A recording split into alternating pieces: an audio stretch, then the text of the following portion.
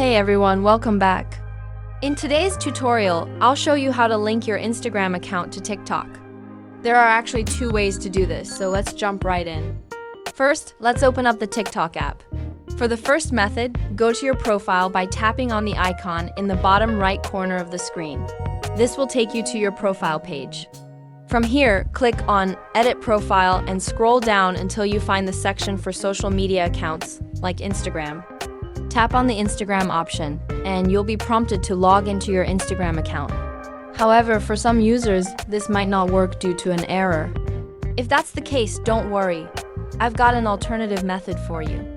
For the second method, start by returning to your TikTok profile and click on the Share Profile button you see on the screen.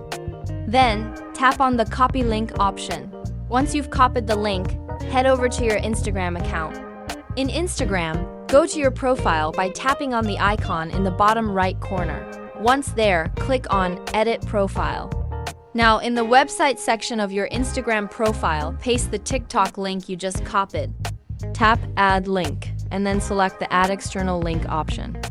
Paste the TikTok URL into the field and hit the check mark in the top right corner to save. And just like that, you've linked your TikTok account to your Instagram profile.